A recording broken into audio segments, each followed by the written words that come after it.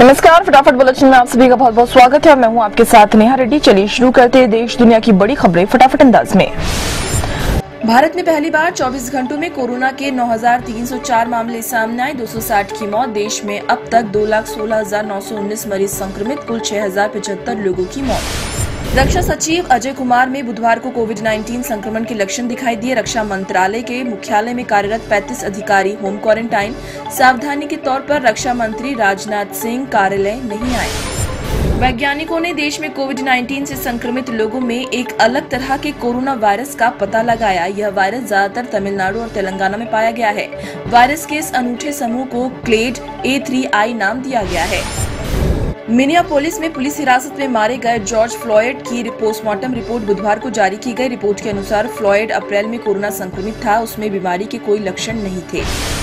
लद्दाख सीमा पर गलवान घाटी के इलाके से चीनी सेना 2 किलोमीटर और भारतीय सेना 1 किलोमीटर पीछे हटी। पिछले करीब 1 महीने से इस क्षेत्र में करीब 5,000 चीनी सैनिक तोपखानों और टैंकों के साथ आ डटे थे।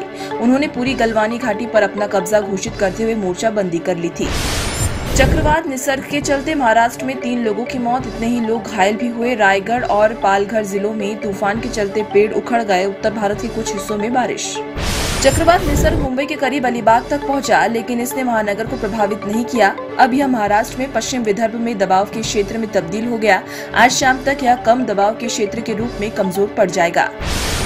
लंदन में भगोड़े शराब कारोबारी विजय माल्या के प्रत्यर्पण की सभी औपचारिकताएं पूरी, कभी भी लाया जा सकता है भारत। 9,000 करोड़ रुपए के लोन घोटाले में आरोपी है माल्या।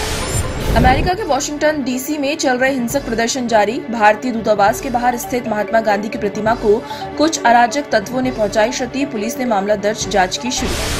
महेश भट्ट की फिल्म जलेबी और कृति खरबंदा अभिनीत वीरे दी वेडिंग जैसी फिल्मों के कास्टिंग निर्देशक के तौर पर काम कर चुके कृष कपूर का निधन। कपूर को उपनगरीय मीरा रोड में अपने घर पर ब्रेन हैमरेज हुआ और वह बेहोश हो गए।